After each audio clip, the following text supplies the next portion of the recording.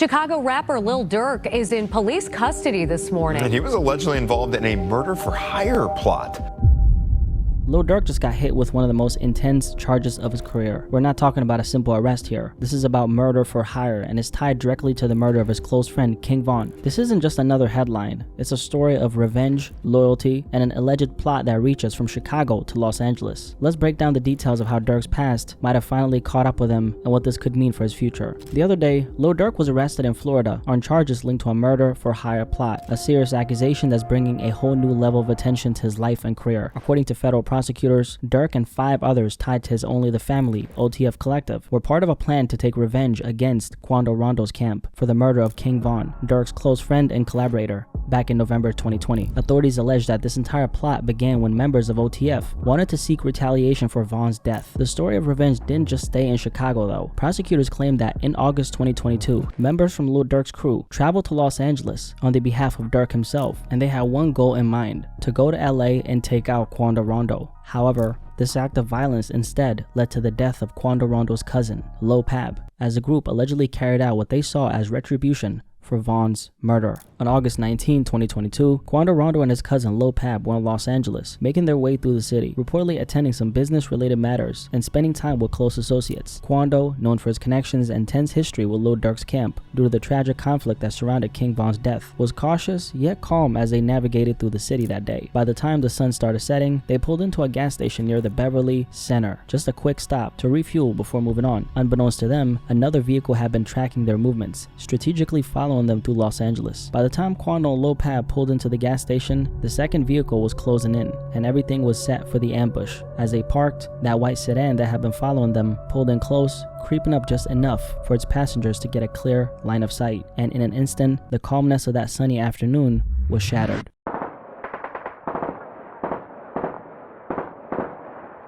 Right now, the search is on for 3 people who police say shot at a Savannah rapper, killing a member of his entourage. It happened in Los Angeles, and cameras captured the aftermath. As shots rang out and chaos erupted, the black SUV became the center of a tragic, gut-wrenching scene. The air was filled with panic, and within moments, it was clear the ambush had left someone critically hurt. Quando Rondo's cousin Lil Pab was hit, but the full weight of what had just happened didn't hit Quando until later on. Caught on camera, the haunting audio of Quando's screams went viral in the hours that followed. His voice is filled with absolute devastation, echoing through the chaotic scene as he realizes his cousin wasn't gonna make it. The ending of a shooting that started in Los Angeles, California. Sheriff's deputies pulling out a man who had been shot in an SUV.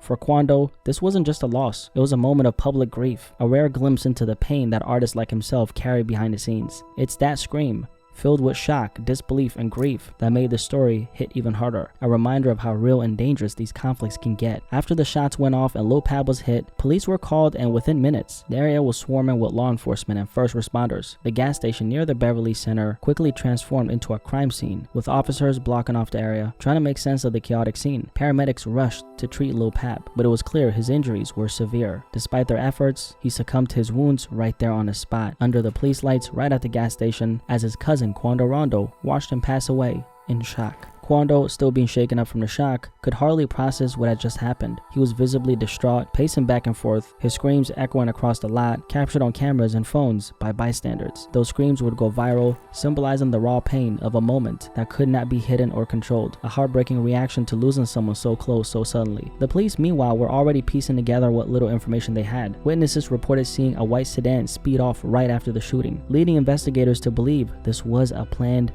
targeted hit. This wasn't some random act of violence. It had all the signs of a calculated attack. The tragic moment left the hip-hop community stunned and mourning yet another loss in an ongoing cycle of violence. But that night was only the beginning. Law enforcement would dig deeper into the case, linking it to a broader network of rivalries and conflicts. And now with the federal indictment connecting Lil Pab's death to an alleged murder-for-hire plot involving Lil Durk's OTF crew, this tragic story has taken on even darker layers. According to prosecutors, Lil Durk is the man behind what they're calling a calculated murder-for-hire plot, allegedly orchestrated as revenge for the death of his close friend, King Von. They claim that Lil Durk, along with several members of his OTF collective, conspired to take down Quando Rondo or someone close to him as payback for Von's tragic loss in 2020. This isn't just a simple feud. They're painting it as an organized, deliberate plan fueled by loyalty, revenge, and a desire to avenge Von's legacy. Prosecutors allege that Durk's crew wasn't just acting out of anger. They were reportedly promised rewards for their loyalty. The indictment describes coded conversations between the alleged conspirators, detailing promises of financial compensation or opportunities in the music industry under OTF. This, they say, gave the men enough motivation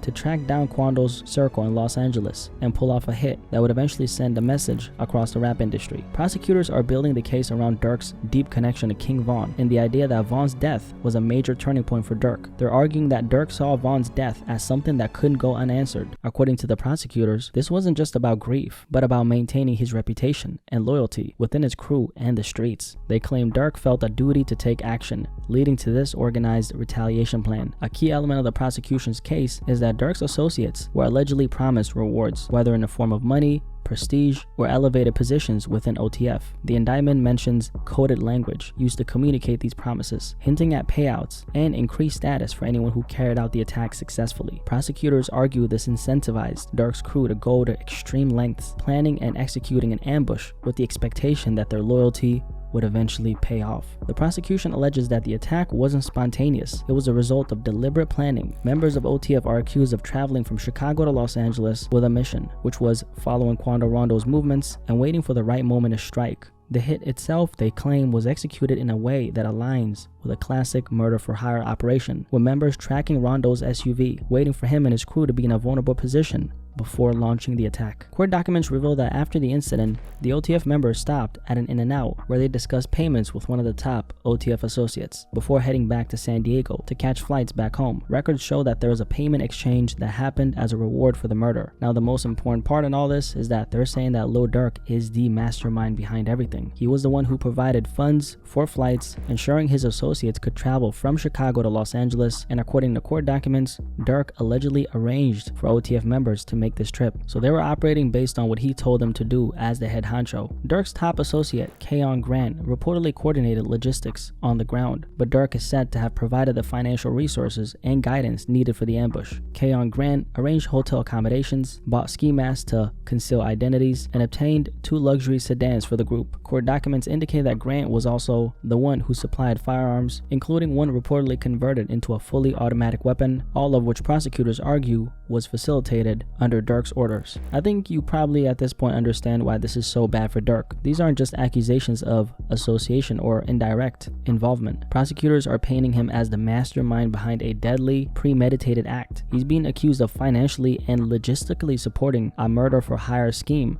that targeted a rival, going as far as to cover travel costs, conceal identities, and provide weapons for the attack. This is some serious stuff right here. And if the court accepts this narrative, it elevates his role in the case to the one who's going to carry the full responsibility for organizing a violent conspiracy with potential penalties, including life in prison or even death penalty, if the court finds sufficient evidence of intent. Moreover, the case is built around digital communications, flight records, and surveillance footage, evidence types that can be compelling in court. Prosecutors are likely betting that one of Durk's associates could flip, testifying to strengthen their case even more. If any of the co-conspirators cooperate with authorities, it could seal the case against them, making the charges even harder to fight. Now, one of the things that's a little bit ironic about this entire situation is the fact that for the past 2 years, Lil Durk has publicly been working on cleaning up his image. After years of being tied to the street life, he's tried to turn over a new leaf. For anyone who doesn't know, Lil Durk has not only embraced Islam, but even went as far as converting, changing his name to Mustafa Abdul Malik. So he's definitely been on a journey of rebranding himself. On top of this, he's done community service and launched the Neighborhood Heroes Foundation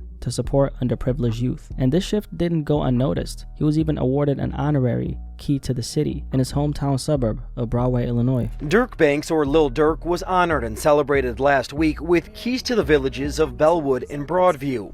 And so on behalf of the village of Broadview, we are honored to present this key to the city to Durk Banks Neighborhood Heroes. And this was literally last week. Local leaders, praised his efforts to give back and promote positive change, holding him up as an example of redemption. Fun fact, they ended up revoking the key after this indictment. Lil Durk a few weeks ago also announced that his criminal record was recently wiped clean. Now, could all this be a defensive move on his end? Because when someone is involved in something like this, especially someone with Lil Durk's influence and public presence, it's important to consider how them reshaping their image can help them if legal troubles come their way. Durk's public shift to a more positive, community-focused persona, receiving the key to the city, doing charity work, and his spiritual growth all adds layers to his defense if anything would happen. Like in his case, it sends a message that he's moving away from his past, showing the authorities that he's more serious about changing and leaving his past behind. And maybe for Lil Durk, it wasn't so much about completely avoiding any legal troubles, but maybe he did all this as a way to soften the blow of whatever he did. That's of course me just speculating, but thinking about it logically, it does make sense. Because best believe someone with Lil Durk's status understands the power of public opinion and how it can sway narratives. By portraying himself as a reformed individual, he builds a layer of protection, influencing how people view him and possibly impacting how authorities handle him. The question still remains though, whether this rebranding was a genuine evolution or a strategic buffer